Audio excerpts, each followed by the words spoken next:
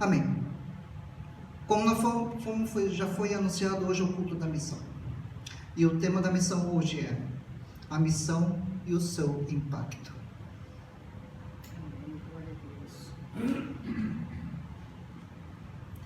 Se nós não tivermos na nossa vida esse impacto do propósito que cada um de nós temos na nossa vida, é em vão nós somente estarmos aqui sentados ouvindo a palavra de Deus.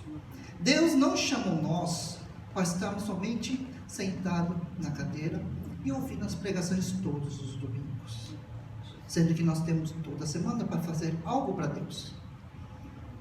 Que nem o irmão Cláudio, ele foi bem específico em relação a quem nós devemos evangelizar, aonde nós devemos estar evangelizando. Mas se nós não fizermos esse impacto no lugar, no ambiente onde nós convivemos, ou onde nós estamos, é em vão o nosso propósito também. Então a missão, ela tem que trazer um impacto na minha vida, na vida de cada um de vocês. E a passagem de hoje, que eu gostaria de compartilhar com a igreja, também está no livro de Isaías, capítulo 6, versículo 8. Então ouvi a voz do Senhor clamando: a quem eu enviarei? Quem irá por nós? E eu respondi: aqui estou, envia. Glória a Jesus. Envia. Aleluia, meu Deus. Este chamado é para todos nós. Quer hoje, você aceitou Jesus hoje, esse chamado é para você também. Glória a Jesus. Porque Jesus, ele veio ao mundo trazer as boas novas, trazer a esperança para este mundo, trazer a salvação para este mundo, trazer a palavra da salvação, da vida eterna, trazer a palavra do reino de Deus. Ele veio para todos. Só que há necessidade de nós aceitarmos esse chamado. E quando Deus fala: a quem enviarei? Deus nos criou com esse propósito, porque senão Deus enviaria seus anjos a fazer toda a obra para Ele, mas não, Ele deixou para nós, a criação dEle, a semelhança dEle, para fazermos esta obra do Senhor aqui. Então esta resposta, ela tem que arder no nosso coração. Aqui estou, envia. Temos medo, colocamos desculpas, arrumamos argumentos, falamos sempre a Deus: ainda não estou pronto. Vamos falar muitas coisas, mas não é essa a resposta que Deus quer. Deus quer todos nós como nós somos, independente como você é.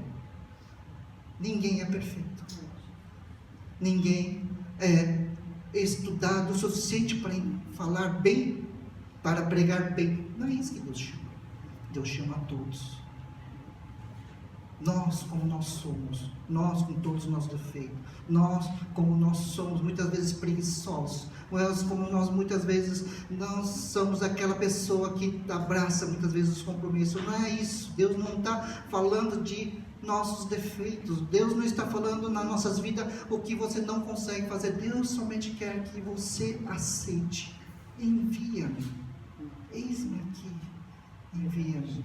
Esse impacto, ela tem que ser diretamente no seu coração, como foi também no meu coração quando aceitei Jesus. E isso é um dos pilares principais para nós fazermos alguma coisa para Cristo, para Jesus, para a obra, para esta nação onde nós estamos hoje. Próximo slide, por favor.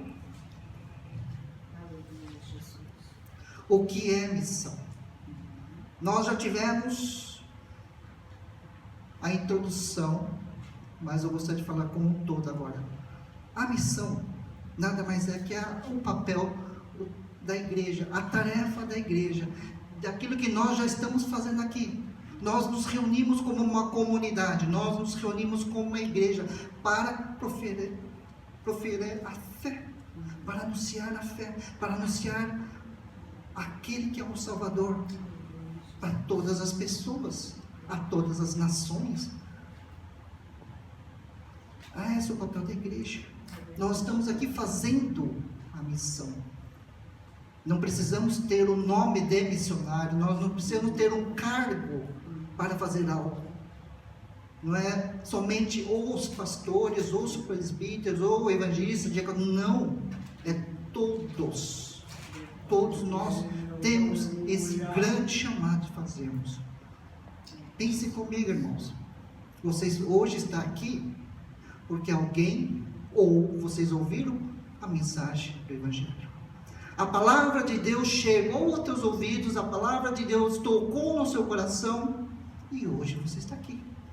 E isso vem acontecendo séculos e séculos até o dia de hoje. A igreja hoje, ela é formada através de anúncios, através de mensagens, através de grandes pregações ou pequenas pregações, ou às vezes uma oração, uma única oração te trouxe até aqui.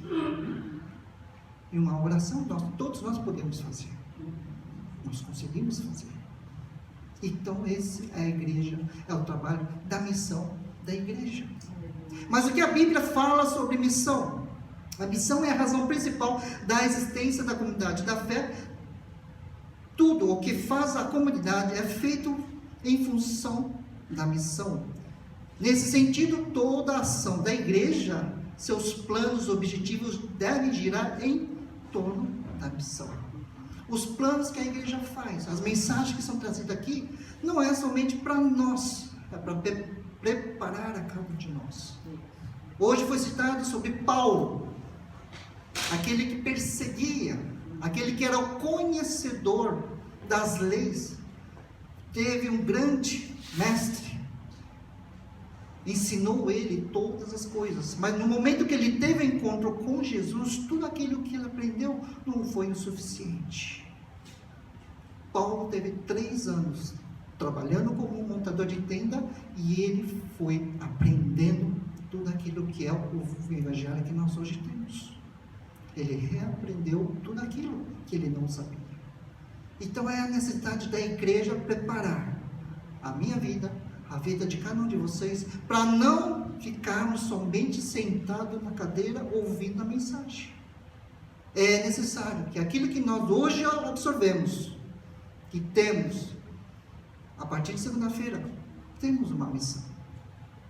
A missão é essa, de levarmos o evangelho a toda criatura. Foi falado e lido hoje. Aquilo que o irmão Cláudio leu, eu vou acrescentar mais um versículo, Mateus 24, 14. Aquilo que Jesus fala para todos nós: a este evangelho no reino será pregado em todo o mundo como testemunho a todas as nações, e então verá o fim. Muitas vezes nós oramos pedindo: Senhor, venha logo, Senhor, a tua vinda, eu quero ir logo para o céu. Ou pregamos falando: a segunda vinda de Jesus está próxima. Mas aqui a palavra fala também, que acabamos de ler, Mateus 24, 14. Em todo o mundo como testemunha a todas as nações. Então, se a mensagem não chegar a todo o mundo, então ele ainda não poderá vir. A segunda vinda de Jesus também depende da missão da igreja. Nós também fazemos parte dessa grande comissão. Nós fazemos parte desse grande chamado. Nós fazemos parte também para que Jesus volte logo. Nós temos que fazer a parte que é do chamado. Próximo slide, por favor. Nós temos dentro da palavra missão 2 termos muito importantes: o chamado para a missão específico e o chamado da missão universal. O chamado específico é aquilo que também nós ouvimos no começo: aquele que tem o chamado de Deus pessoal, particular, quando Deus quer que, quando recebe o chamado, a ser enviado a um determinado lugar, não necessariamente um outro país. Pode ser dentro da sua nação, dentro do país, mas em lugares remotos. Por exemplo, no Brasil, um país muito grande, e o chamado lá dentro é muito grande, porque existem muitos lugares dentro do próprio Brasil que ainda não chegou um missionário. Não existem lugares, existem muitos lugares que necessita de muitas pessoas que querem ir até lá. Esse é o chamado que Deus faz. É o chamado que muitos, nos séculos anteriores, Deus tem feito para muitas pessoas, muitos missionários que viajaram o mundo para todos os continentes. Nós sabemos que a palavra de Deus, ela chegou a todos os continentes, mas dentro de cada continente existem muitos países. Dentro desses muitos países, muitos lugares ainda não foram alcançados. Em resumo, necessita-se, Deus necessita de homens e mulheres que queiram fazer a obra do Senhor, indo para esses lugares. E esse chamado específico para ser um missionário ou uma missionária, tem que ter a certeza, a convicção, porque a missão que Deus dá é uma missão de ide. E a Bíblia não fala que você vai e vai voltar. Muitas vezes, em determinados lugares, muitos dos missionários não voltam. São martirizados. Para ter uma ideia, se nós olharmos para a história do Japão, no ano de 1500, 1600, os primeiros missionários jesuítas que chegaram aqui no Japão, na região sul, lá perto de Nagasaki, foram os missionários portugueses, católicos, e um deles é muito conhecido aqui no Japão, que é o Xavier. Só que eles chegaram, falaram, houve conversões. Só que com o tempo, o próprio povo japonês começou a fazer perseguição. Não queriam mais ouvir sobre Jesus. E houve perseguições. Muitos missionários foram obrigados a voltar. E aqueles que persistiram em ficar, morreram, foram martirizados. E os japoneses que se converteram, muitos deles foram crucificados. Foram colocados no meio do mar, na cruz. E eles ainda falavam: você quer renunciar a esse Jesus? Ainda dá tempo. Muitos renunciaram. Mas não é somente de boca renunciando. Muitos que renunciaram, eles tinham que pisar na Bíblia e cuspir na Bíblia e virar as costas embora. Mas aqueles que recusaram, morreram. Há um filme, que eu não sei agora em qual streaming que ele está, que eu assisti há muito tempo, fala sobre essa história do Japão, que chama O Silêncio. É muito forte, mas ele conta a realidade como foi o Japão. Anos depois, séculos depois, está novamente vindo, porque depois da guerra, a Segunda Guerra Mundial, houve também a vinda de muitos outros missionários. A porta se abriu mais para os missionários. E nós, vindo do Brasil, nós estamos aqui também fazendo essa vontade de Deus. Nós não estamos aqui somente para trabalhar. Nós estamos aqui. Então esse chamado específico é um chamado que Deus dá diretamente no seu coração. E tem que ter certeza. Tem que ter muita certeza. E o chamado universal é aquele que hoje foi falado. Foi lido no Evangelho de Mateus, no último capítulo, nos 2 versículos. Ide por todo mundo. Esse ide foi explicado. Mas também, se nós analisarmos a palavra ide, é uma ordem, é uma ordenança de Deus para toda a igreja, para todos nós. Nós não podemos ficar calados, nós não podemos ficar somente sentados. Ide é para onde nós seremos enviados. E esse chamado universal é importante nós aceitarmos. Mas como é que eu posso fazer? Eu não sei falar japonês. Nós ouvimos isso hoje. Não sei falar bem. Jesus. Deus faz acontecer. Glória a Jesus. Nós somos aquilo que a Bíblia fala, somos o sal e a luz deste mundo. A luz de Cristo reflete na nossa vida. Aleluia. E as pessoas que estão em trevas, ela vai ver em nós o que é a luz de Cristo. Não há necessidade de nós abrirmos a boca. As pessoas vêm até nós. Nós temos o brilho que eles não têm. Nós temos o sabor que eles precisam nas suas vidas. Por quê? Porque eles não conhecem a Jesus. Não conhecem o caminho, a verdade e a própria vida deles. Não conhecem. Esse é o caminho. Oh, Espírito Santo. É esse o chamado que todos nós temos que fazer aqui. Cada um de nós. Próximo versículo. Próximo slide, por favor.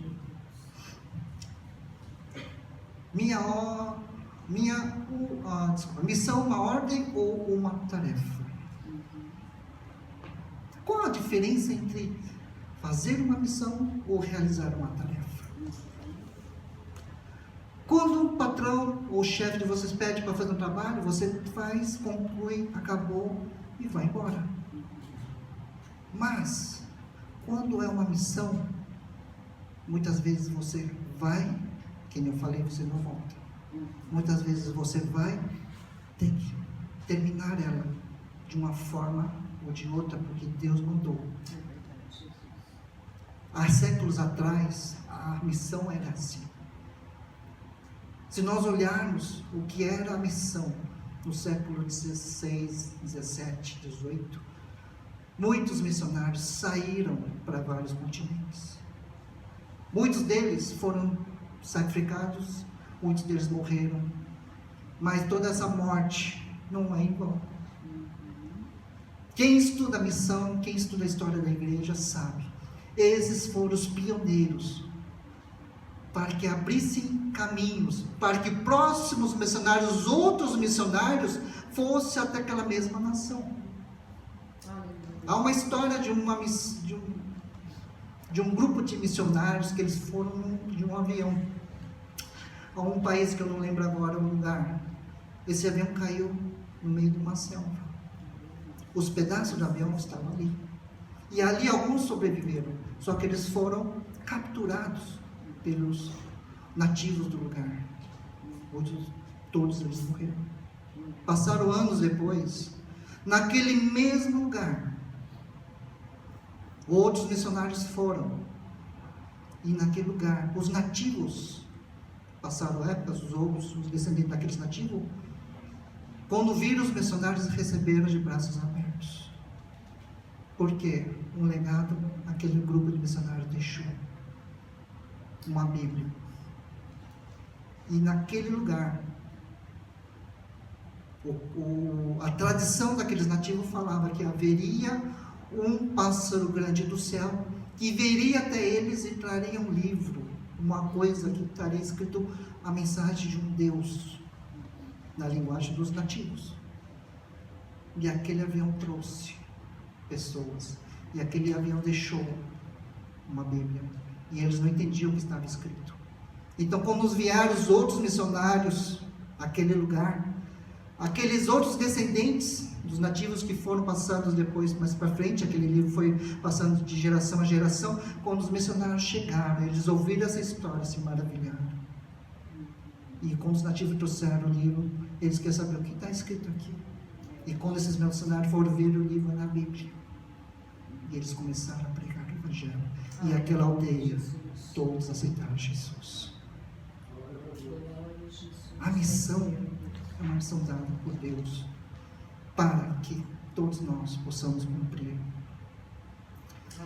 Eu trouxe, não quero fazer nenhuma propaganda de um livro aqui. Eu trouxe porque é um livro muito especial para mim.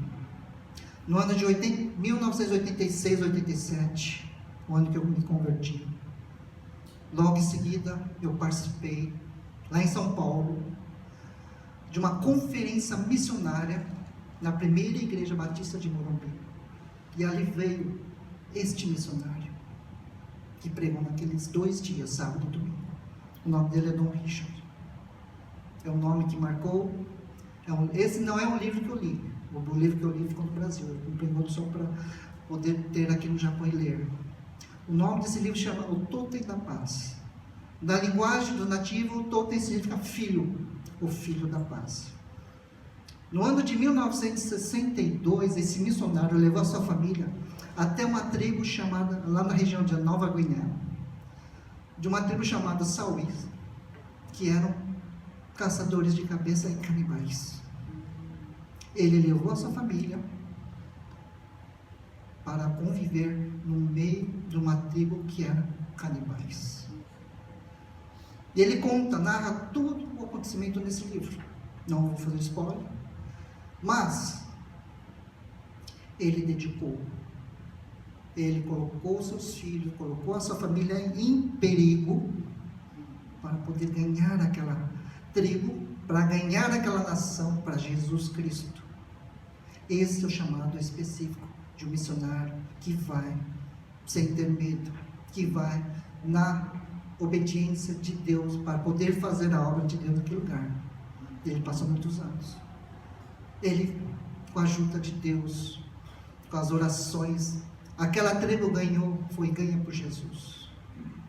E o trabalho dele não para por ali. O trabalho dele, depois que ele leva todos a Cristo, ele pega o Novo Testamento, ele mesmo começa a traduzir na linguagem dos Sauís, que era o nome da tribo.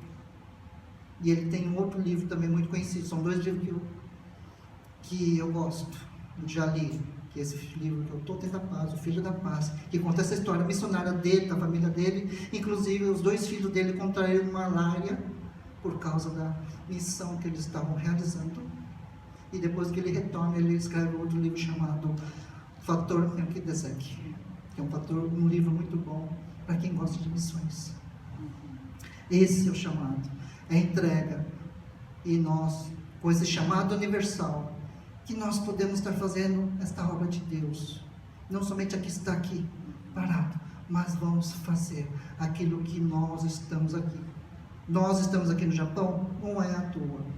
Por que nós estamos aqui no Japão? Próximo slide, por favor.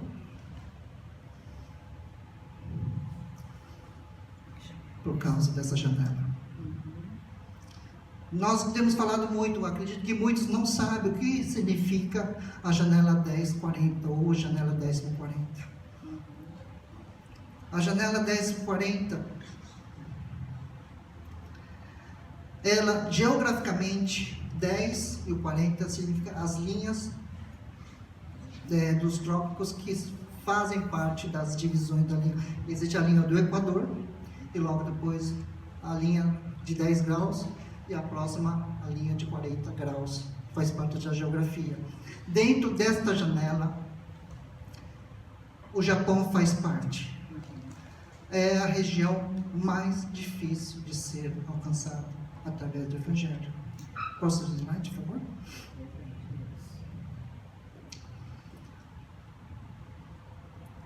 A janela 1040, uma região geográfica que pega a parte da África, da Ásia, do Oriente Médio e muitas regiões da Ásia, África, Oriente Médio e um pouco da Europa. Dentro dessa janela 1040, por que ela é considerada tão difícil? Porque dentro dessa janela 1040 está o maior número de pessoas não alcançadas no Evangelho. Ela contém alta concentração de pessoas não alcançadas, maior desafio missionário.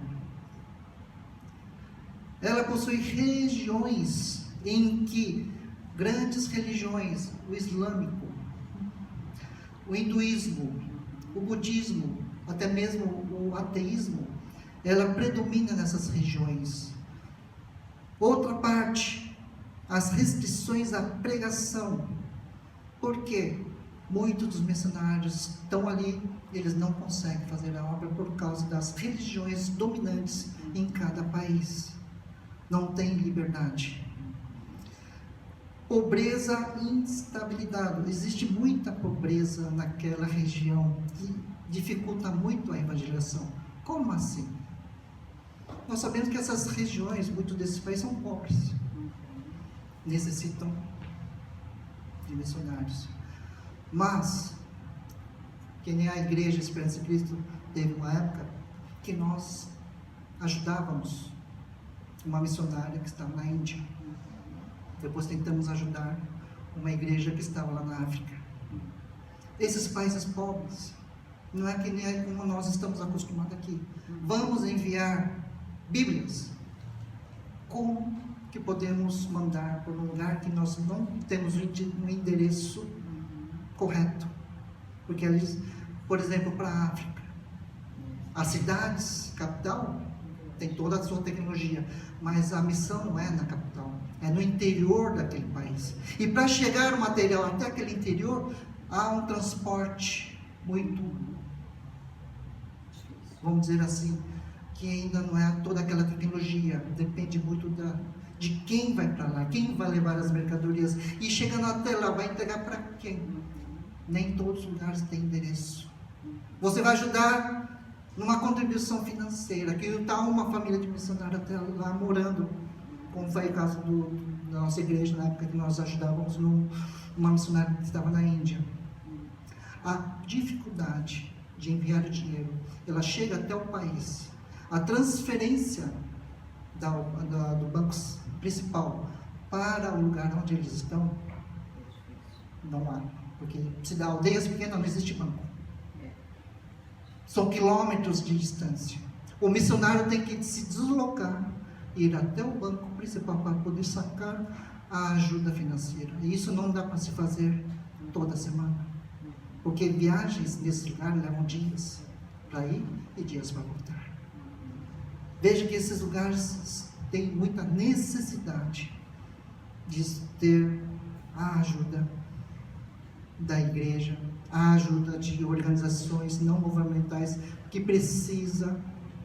estão ali, não somente das orações, mas de contribuições. Mas isso é uma parte que nós vamos entrar mais para frente. Próximo slide, por favor. Este pastor chama-se Luiz Bush. Ele é um argentino, nasceu na Argentina, morou um tempo no Brasil. Ele é o criador da janela chamada Janela 1040. Atualmente ele está atuando numa igreja nos Estados Unidos, mas ele faz parte de várias organizações para poder sustentar os países que estão ali naquela Janela 1040. Foi através dele, de uma das palestras dele, que levou para o mundo em uma das conferências internacionais de missão, que o mundo tomou consciência do conhecimento do que é a Janela 1040. A grande necessidade desses países tem de enviar missionário para lá. Estima-se, um detalhe que eu peguei, dentro da Janela 1040, 3,4 bilhões de pessoas moram naquela região.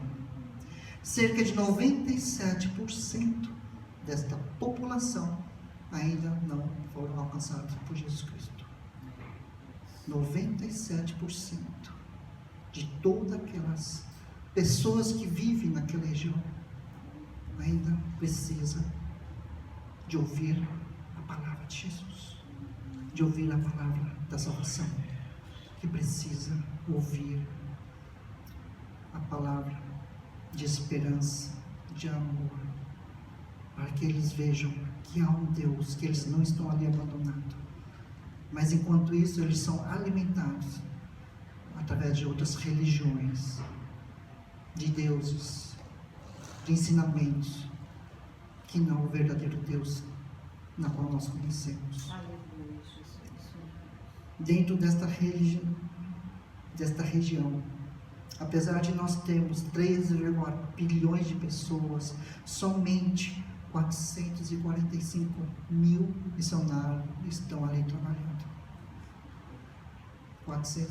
O número parece grande, mas em relação ao tamanho de quanto que é o tamanho daquela janela, há necessidade de ouvir a palavra de Deus. Então o ide é um chamado para todos nós. O impacto da missão, ela tem que tocar no nosso coração. Nós estamos aqui numa nação, nós estamos num país livre, nós estamos aqui que podemos entrar numa sala e reunirmos e falarmos de Jesus, de orarmos, de cantarmos, mas aquelas regiões muitos não podem, muitos não podem. Próximo slide, por favor. Esses são os países que fazem parte da janela 1040. O Japão está no meio. Nós fazemos parte da janela 1040. Isso é um chamado para todos nós. Isso é um chamado para que nós hoje possamos meditar, refletir naquilo que Isaías fala no versículo. Envia-me, eis-me aqui. Próximo slide, por favor. Por que a perseguição?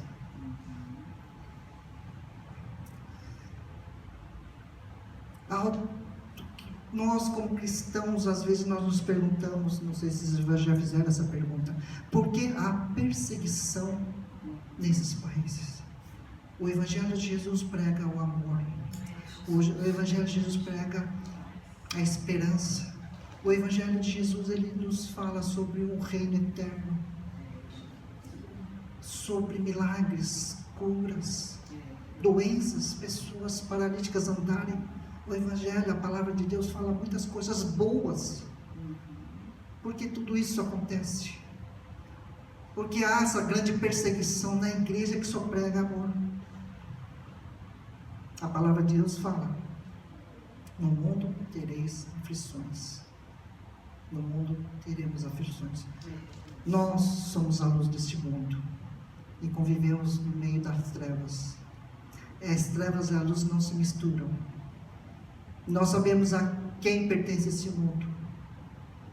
E o mundo, sob o domínio dele, com certeza, como já tem acontecido desde há 2000 anos atrás, a partir do momento que Jesus, quando nasceu, já começou a perseguição.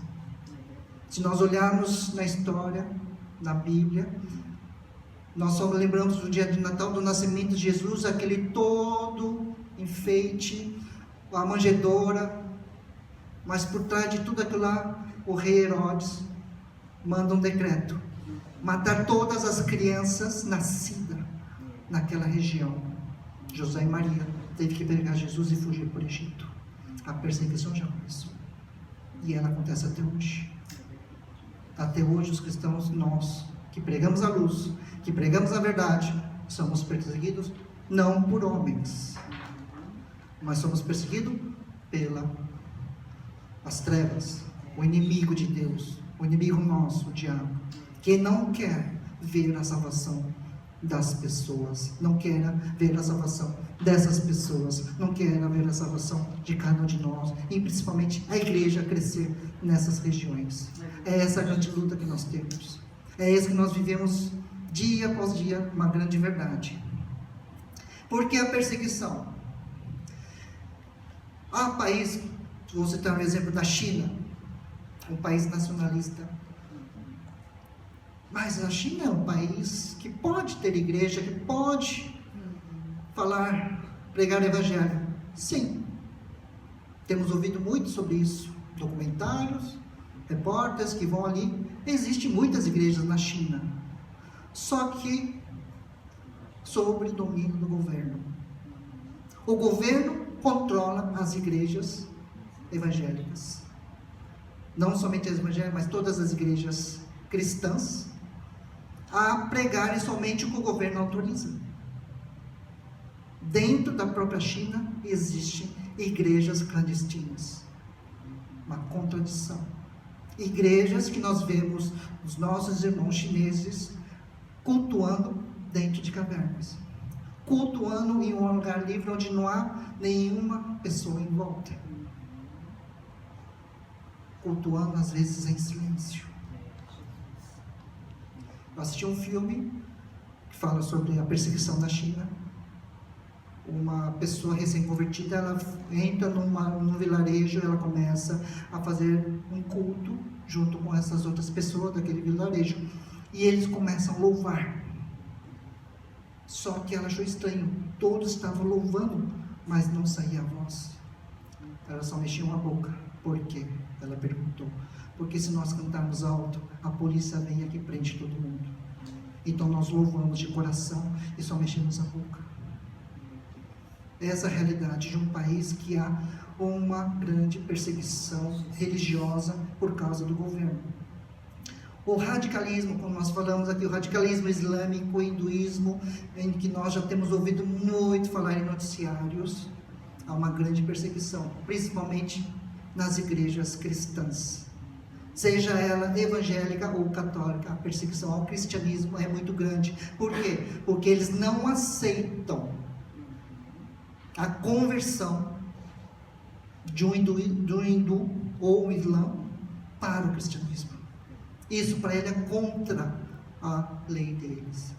E isso é uma condenação, levado eles à prisão, ou às vezes à morte.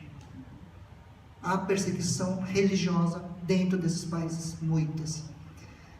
Crises de guerras de genocídio. Há alguns países que a perseguição por causa de uma guerra civil que acontece em alguns países dentro de alguns lugares, também dentro da África, em que a igreja cristã, muitas vezes ela é acusada, os crentes são acusados de se envolverem com o governo da direita.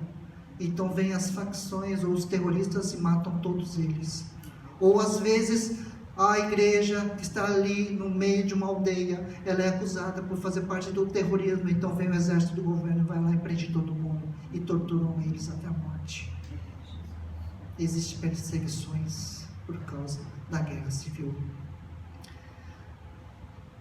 Corrupção e crimes organizados.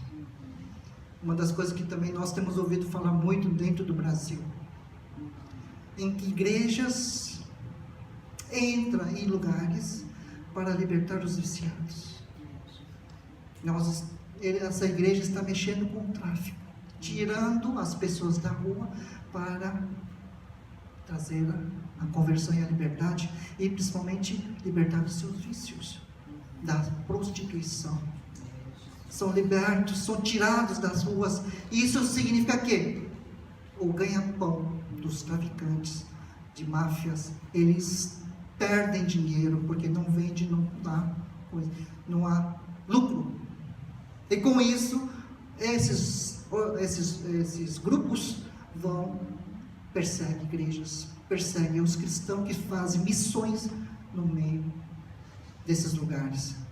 O Brasil é um exemplo, mas existem outros países dentro da janela 1040 que passam pela mesma situação, tirando pessoas, por exemplo, prostituição infantil, tirando tráfico de humanos, tirando fora os viciados e outros que estão ali sendo salvos por Cristo. E a máfia, ou as gangues, ou esses grupos acusam a igreja e muitas vezes queimam a igreja, muitas vezes matam muitos pastores por causa desse trabalho missionário que eles fazem dentro. Liberdade religiosa.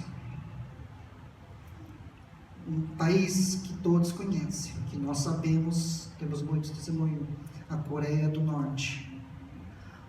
Lá, não sei se todos sabem, na Coreia do Norte não pode ter nenhuma religião, não é só o cristianismo, mas nenhuma religião. Por quê? A dinastia do atual presidente ditador, ele é o neto daquele que começou essa dinastia. eles são considerados pelo povo como Deus. Em qualquer lugar, eles têm que ser venerados, adorados. Em todos os lugares tem que ter a foto dele. Não pode haver desrespeito, você não pode estar de costa para a foto. Existem muitas coisas, muitas regras que impedem de você fazer algo livremente, principalmente para esse atual presidente. Aquele que é pego transgredindo alguma dessas leis, então ele é preso, levado a um campo de trabalho forçado e, dependendo, ele acaba morrendo lá. E outra coisa, não sei se os irmãos sabem, mas não é somente uma pessoa que é presa, a família inteira é presa. Então não é só um que vai ser levado preso, toda a família é levada para essa condenação. Então a perseguição na janela 1040, ela é muito grande, e isso nós temos que ter no nosso coração um grande impacto. Para quê? Para que nós possamos fazer algo por eles. Próximo slide, por favor.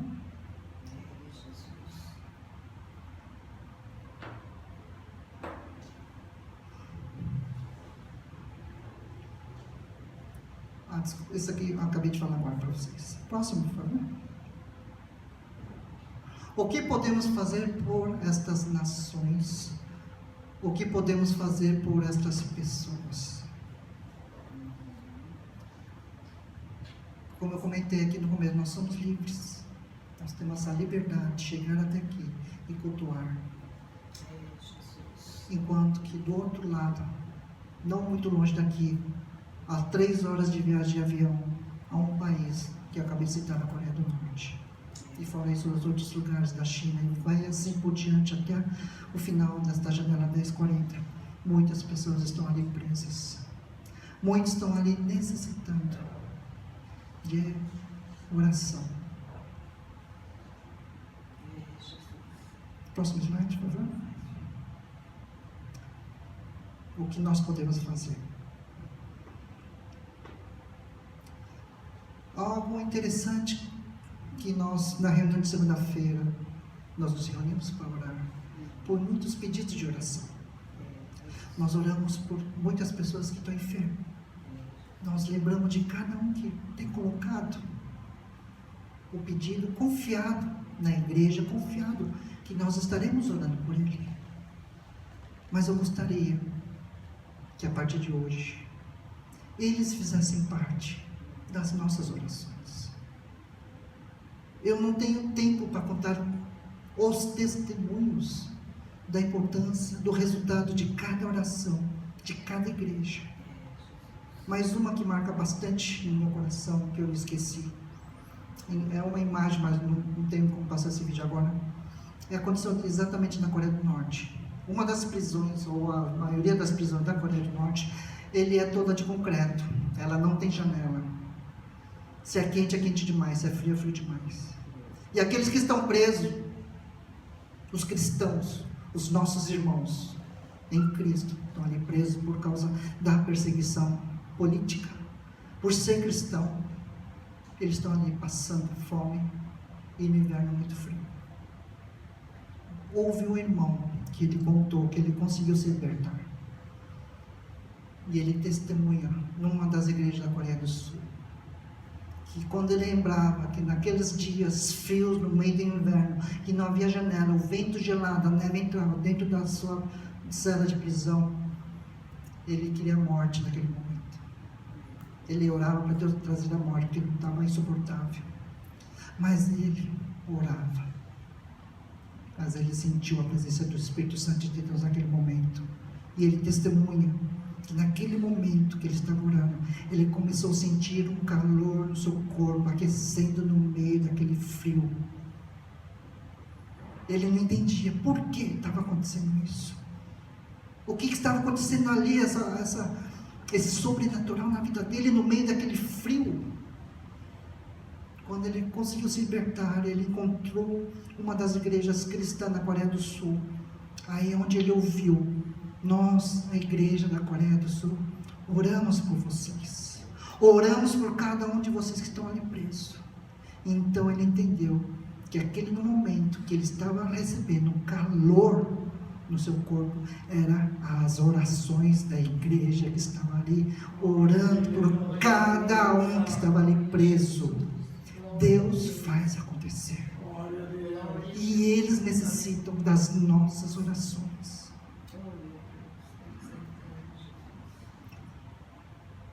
A igreja, aqui é um exemplo de irmãos que nós não conhecemos, de vários países, precisa da sua oração. Próximo slide. Cristãos perseguidos, e se fosse eu, ou se fosse você, que estivéssemos no lugar deles, passando pela mesma situação, aguentaríamos? Desistiríamos? Negaríamos? Enquanto nós nos dobrarmos o joelho e orar por esses irmãos nossos, lembre-se, nós temos uma liberdade muito grande de poder fazer algo para eles.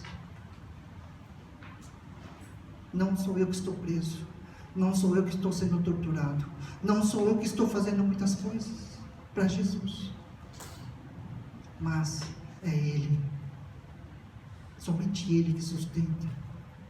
Como eu disse, eles precisam da nossa oração. Próximo slide, por favor. Oremos pela igreja perseguida. Nós oramos pelos nossos irmãos que nós não conhecemos, mas necessita das vossas orações. A igreja perseguida, uma delas é essa. Outras pessoas de outras religiões entram, queimam, matam e destroem. Não sei se os irmãos acompanham os noticiários de igrejas que são perseguidas, de locais que há perseguição. Nós vemos uma igreja queimada, mas os nossos irmãos continuam fazendo os seus cultos, mesmo não tendo um teto, mesmo não tendo lugar, mas eles se reúnem para orar e adorar ao Senhor.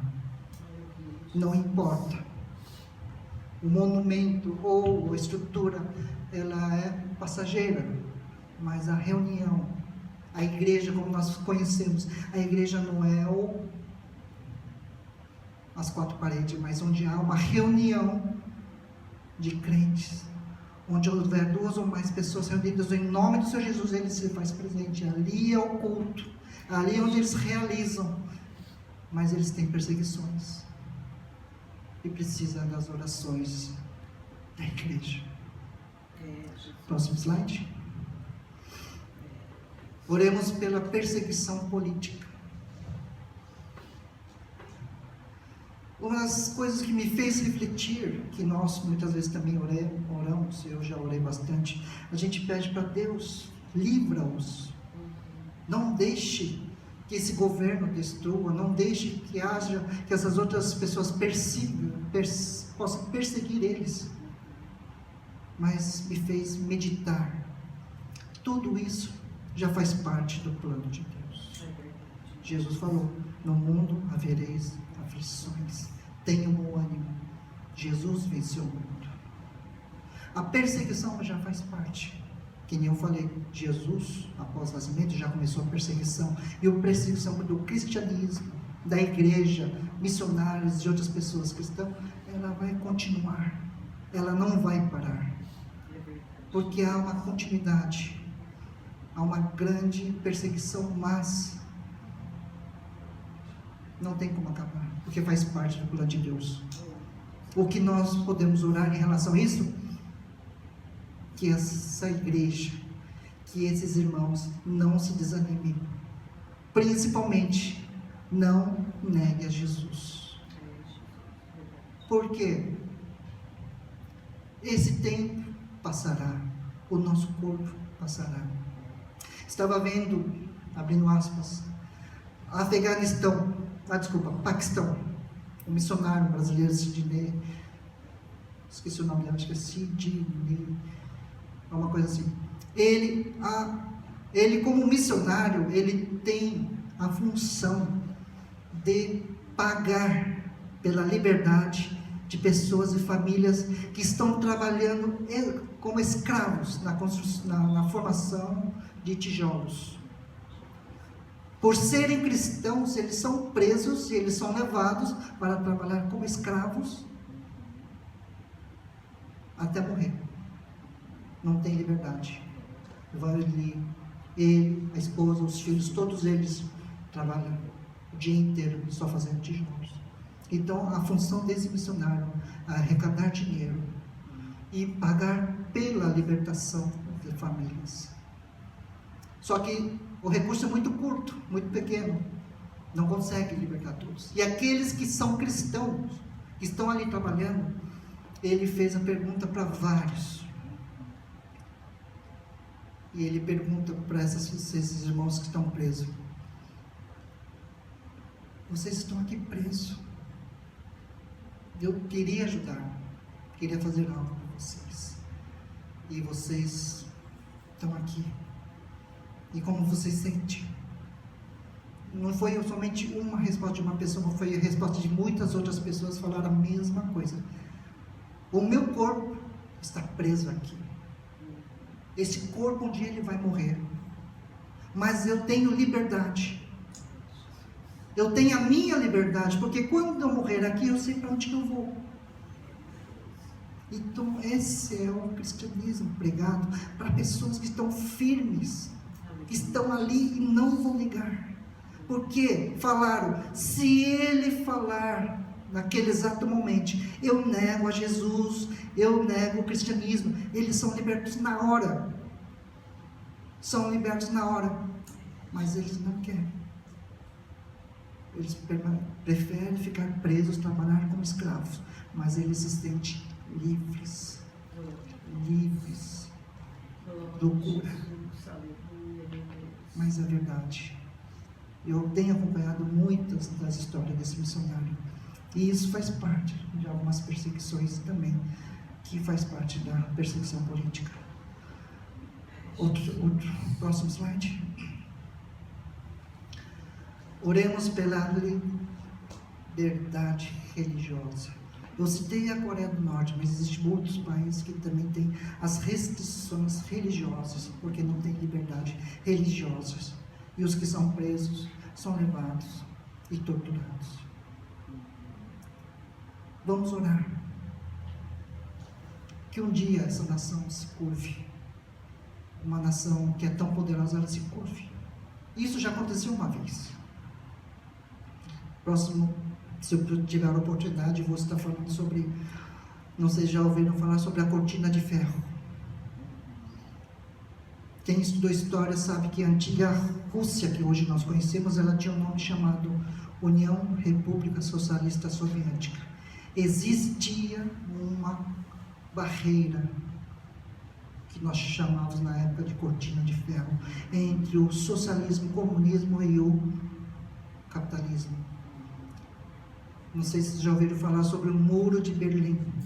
A cidade de Berlim, existia um muro que dividia o capitalismo contra o comunismo e o socialismo. Um dia, os missionários pregaram e oraram. Um dia não, desculpa. Várias e várias décadas oraram sobre aquela nação, a União República Socialista Soviética. Em 1988, se não fala a memória, o Muro de Berlim caiu. Foi um grande noticiário. Cristianismo, Deus venceu o comunismo. O muro, ou a cortina de ferro, ela cedeu, caiu. Porque eles falavam de boca cheia, jamais o cristianismo irá entrar nesta nação. Jamais haverá missionários, pastores, igreja nesta nação. Jamais, para Deus não existe. O muro caiu, o socialismo caiu. Hoje a Rússia é o resultado daquilo que foi antes uma grande potência, e ela caiu. Não há nada que impeça que a obra de Deus fique. As orações. Se eu tiver oportunidade, mais para frente eu vou falar sobre o que aconteceu a grande missão que aconteceu ali naquela região, naquela época, né? Glória a Jesus, aleluia, meu Deus. Mas são as orações das igrejas. Eu lembro que naquela época, quando me converti no ano de 86, 87, eu já ouvia falar sobre muito disso daí.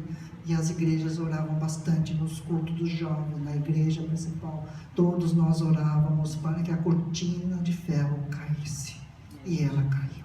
Glória a Deus, aleluia. Nada pode prevalecer contra a igreja de Cristo. Aleluia, Jesus. Tu és Nada Senhor. pode impedir que a obra do Senhor siga em frente por vários séculos. Próximo slide, por favor.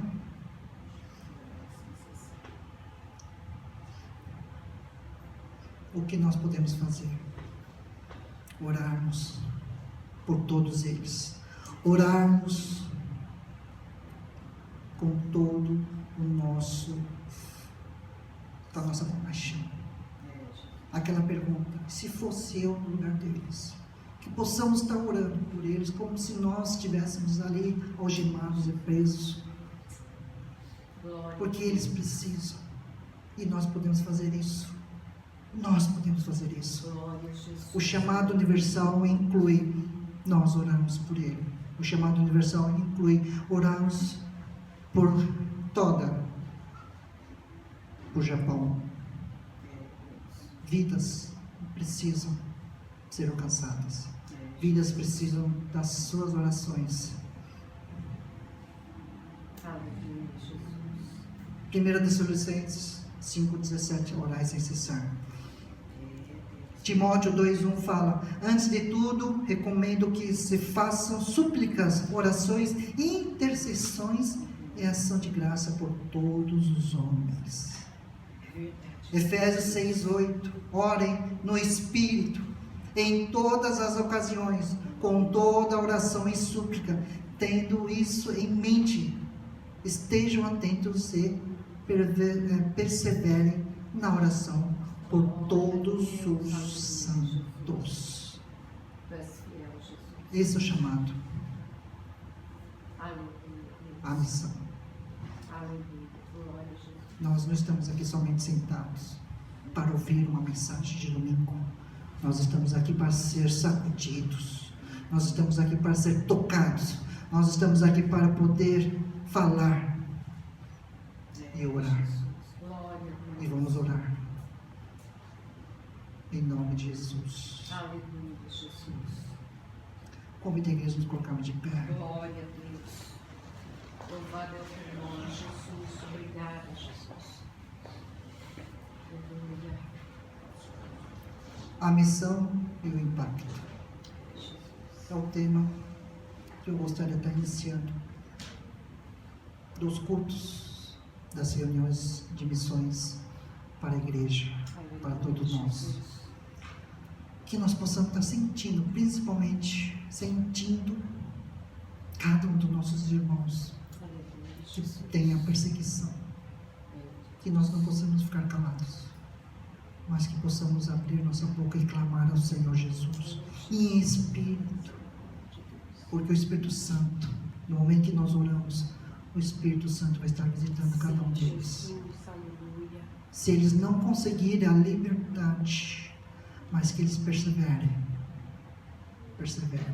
Aleluia, Jesus. em nome de Jesus.